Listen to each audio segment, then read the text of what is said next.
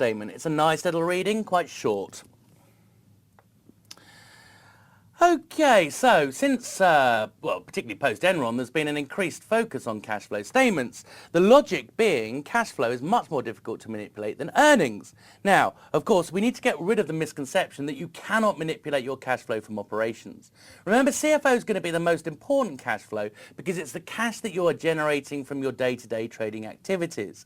So as a result, analysts look at CFO as being the sustainable cash that the company can generate. Now, the misconception is CFO cannot be manipulated. Reality is, of course, it's difficult to manipulate the total change in cash, i.e. CFO plus CFI plus CFF.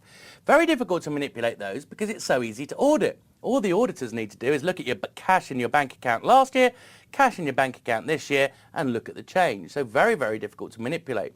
What the company can do, of course, is manipulate between the classifications, i.e. manipulate between CFO, CFI and CFF. And the idea here is we're going to want to boost our CFO, maybe at the expense of CFI and CFF. So remember, CFO is going to be so important because it forms the basis of things like free cash flow. And of course, free cash flow is used in equity valuation models. So our LOS here asks us to analyse and discuss the motivations for cash flow manipulation. So why might we want to overstate our cash flow from operations? Well, of course, if you overstate your cash flow from operations, analysts will perceive higher sustainable cash, higher free cash flows, a higher equity valuation. So you should get a higher share price from increasing people's expectations of higher free cash flows. Now, of course, as well, CFO is used to pay off both interest and principal on your debt. So the bigger your CFO is, the bigger the sustainable cash flow from operations is from period to period, the easier you're going to be deemed to pay off your interest and principal, and as a result, you're going to achieve a better credit rating, and if you achieve a better credit rating, the costs of borrowing are going to be lower. And of course, the final point here says, well, often directors' incentives, incentive compensation, i.e. bonuses, are linked essentially to cash flow from operations. So therefore, again, if you're going to get a bonus based on CFO, there's a motivation to overstate CFO.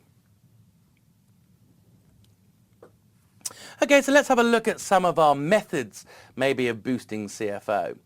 Delaying payment to suppliers. Of course, when we pay our accounts payable, we know the cash flow goes through our cash flow from operations. So if you pay your suppliers, CFO goes down. So if you delay paying your suppliers, of course, you keep your CFO as a higher figure. Now, of course, there are two views when we look at this. If suddenly we start delaying payment to suppliers, it could indicate that the company is struggling with cash generation, i.e. it just simply does not have the cash to pay the suppliers. And of course, that would be a negative opinion on the company. The other view, of course, could be that the company is utilising a prudent cash management strategy, i.e. the delay in payment to suppliers is not because we lack cash, but it's a deliberate strategy, essentially, to improve our cash operating cycle. Now, from the analyst's point of view, you should be aware that if you delay payment to suppliers, you're going to get a one-off boost to your cash flow from operations. In other words, it's not sustainable. You would continually need to increase your payment terms if you wanted to boost CFO. So a one-off increase in your payment terms isn't essentially sustainable in the long run. And of course, the very big risk is if you've essentially delayed payment to suppliers without those suppliers' permission, then of course they may reduce your credit in the future. As a result, CFO would actually be lower in the future because we'd have to pay our suppliers more quickly.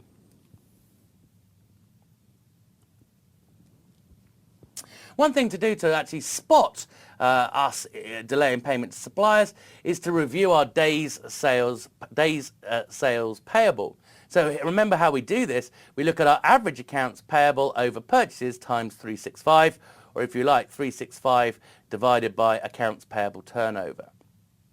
Again, that gives us the number of days, if you remember, that we're taking to pay our suppliers. So again, if that increases from year to year, you'd think, oh, well, okay, we're delaying payment to suppliers. That's going to boost our CFO, but it isn't sustainable.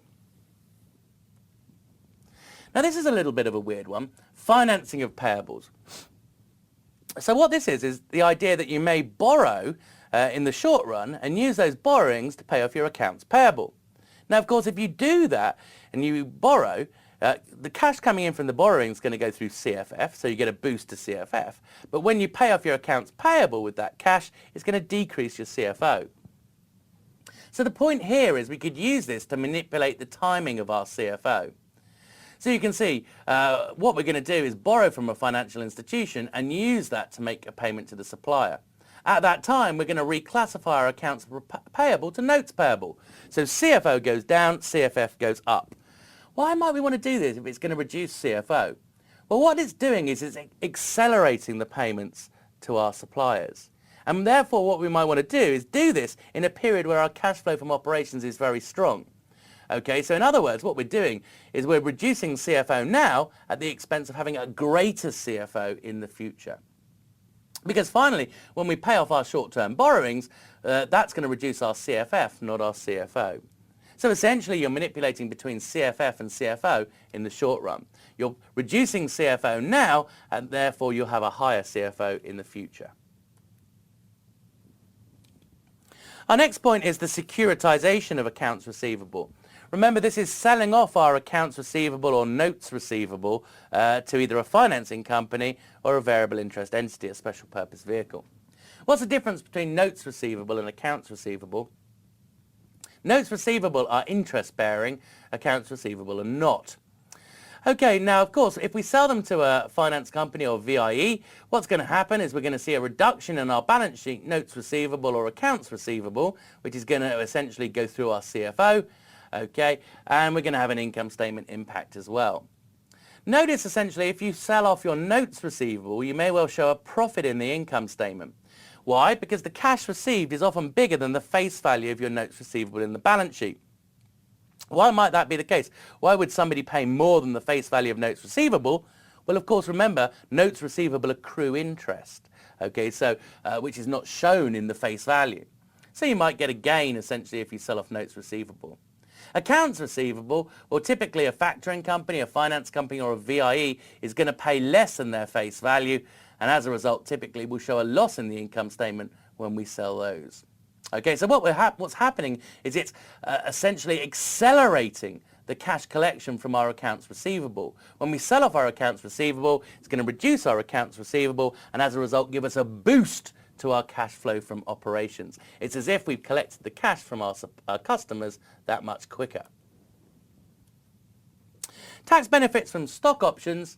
Well, there's going to be a tax benefit when employee stock options are exercised, and to work out the tax benefit, we look at the number of shares essentially created times the market price at the date the shares are exercised compared to the exercise price. And you then multiply that by the tax rate, and that gives you your tax savings. Now, of course, we know, especially under US GAAP, tax goes through CFO. So if this is going to reduce your tax, lower tax gives you a boost to CFO. But again, remember, it is unsustainable.